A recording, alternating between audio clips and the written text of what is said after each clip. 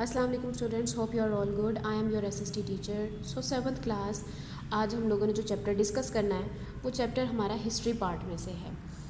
Chapter number 18 ہے اور نیم ہے چیپٹر کا 1937 to 46 the last steps to independence.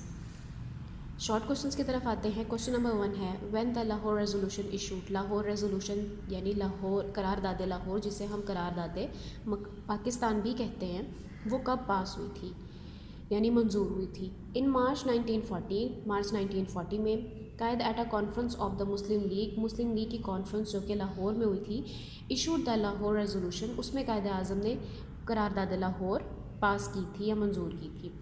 Number 2 who suggested the name of Pakistan. Pakistan کا نام کس نے تجویز کیا تھا؟ Answer is Chaudhry Rehmat Ali suggested the name of Pakistan. Chaudhry Rehmat Ali نے پاکستان کا نام تجویز کیا تھا. Question number 3 what does Pakistan mean. Pakistan کا مطلب کیا ہے؟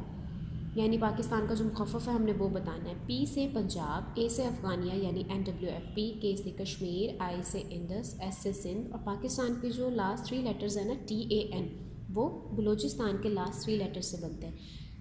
نیکسٹ ہے question number 4 when Shimla conference held. Shimla conference کب ہوئی تھی؟ In 1945 British viceroy general Wavell called the Shimla conference. 1945 میں برٹش وائس رائے جن کا نام جنرل ویول تھا، انہوں نے شملہ کانفرنس منعقد کروائی تھی. کوشچن نمبر 5 ہے when cabinet mission came to India. Cabinet mission کہتے ہیں کابینہ مشن کو. کابینہ مشن انڈیا کب آیا تھا؟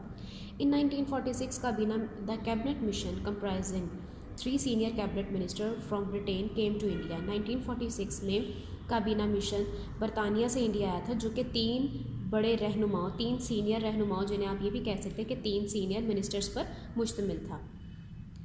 Question number 6 which position awarded to Liaquat Ali Khan in interim government. عبوری حکومت میں لیاقت علی خان کو کون سا عہدہ دیا گیا تھا؟ The important position of finance minister was awarded to mister Liaquat Ali Khan. Liaquat Ali Khan کو فائنانس منسٹر کا ایک اہم عہدہ دیا گیا تھا. سو 7th کلاس اب آتے ہیں لانگ کوشچنس کی طرف. کوشچن نمبر 1 ہے why was it harder for Pakistan to establish itself as a working country after partition. Pakistan کے لیے اپنے آپ کو پارٹیشن کے بعد، یعنی کہ پارٹیشننگ جب ہو چکی تھی، انڈیا اور پاکستان علیحدہ علیحدہ ہو چکے تھے، تو اس میں اپنے آپ کو بہترین ملک ثابت کرنے کے کیا مشکلات سامنے آئیں یا کیا مشکلات ایسی تھیں جن کا انہیں سامنا کرنا پڑا. بس پوائنٹ نمبر 1 ہے، ان کو ہم پوائنٹ میں ڈسکس کریں گے. پوائنٹ نمبر 1 ہے Indians look over all the British institutions like the civil service, military forces and administration. برطانیہ کے وہ تمام ادارے، جو اہم ادارے جو کہ کام کر رہے تھے بر صغیر میں، وہ انڈیا کے حصے میں چلے گئے تھے، جیسا کہ سول سروس ہو گیا، ملٹری فورسز ہو گیا، ایڈمنسٹریشن ہو گیا. Number 2 Pakistan had terrible refugees problem. Pakistan کو مہاجرین کی آباد کاری کا بہت زیادہ مسئلہ پیش آیا، یعنی جو ہجرت کر کے مسلمان آئے تھے ان کو آباد کیسے کیا جائے، اس مسئلے کو بہت زیادہ جو ہے خطرناک صورتحال ہو گئی تھی، یا وہ مسئلہ بہت زیادہ خطرناک حد تک بڑھ گیا تھا، خاص طور پہ قائد اعظم محمد علی جناح کی ڈیتھ 1948 میں، اس کے بعد، اور لیاقت علی خان کی ڈیتھ 1951 کے بعد. یعنی مہاجرین جو ہجرت کر کے آئے تھے ان کا مسئلہ پہلے سے تھا، لیکن جب قائد اعظم کی ڈیتھ ہوئی اور لیاقت علی خان کی ڈیتھ ہوئی ارلی ایجز میں، تو اس کے بعد یہ مسئلہ بہت زیادہ گمبھیر صورتحال اختیار کر گیا تھا. یہ بہت زیادہ مشکل ہو گیا تھا پاکستانیوں کے لیے اسے سنبھالنا.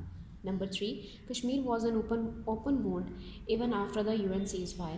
اب کشمیر کا جو انڈیا پہ قبضہ تھا، یعنی جو کشمیر کا وہ حصہ جو انڈیا کے قبضے میں چلا گیا، یعنی مقبوضہ کشمیر، وہ ابھی بھی ایک کھلے ہوئے زخم کی طرح تھا UN کی مداخلت کے بعد بھی. کوشچن نمبر 2 پہ آتے ہیں how did the second world war affect the freedom movement in the subcontinent. بر صغیر میں یہ فریڈم موومنٹ کو سیکنڈ ورلڈ وار کے بعد کس طرح سے متاثر کیا؟ تو آنسر کیا ہے ہمارا، ان دا سیکنڈ ورلڈ وار سے جو دوسری جنگ عظیم ہوئی تھی، India again supplied hundreds of thousands of soldiers to fight along with the British. India نے اپنے فوجی مدد برطانیہ کو بھرپور فراہم کی تھی، یعنی اپنے ہزاروں کی تعداد میں فوجی دیے تھے تاکہ وہ برطانیہ کے لیے لڑ سکیں. In 1940, the British government made the august offer towards greater autonomy. This seemed to give India all that it had asked for, means full independence after the war.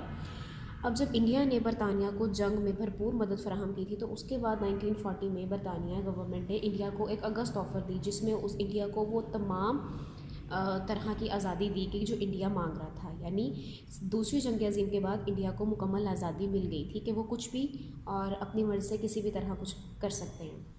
اب آتے ہیں آبجیکٹیو کی طرف، ٹرو فالس آئیں گے۔ Number 1 ہے in 1940 British government made the August offer true. Second ہے in 1950 Quaid issued the Lahore resolution, false, 1940 میں پاس ہوئی تھی۔ Number 3 Chaudhry Rehmat Ali suggested the name of Pakistan, true.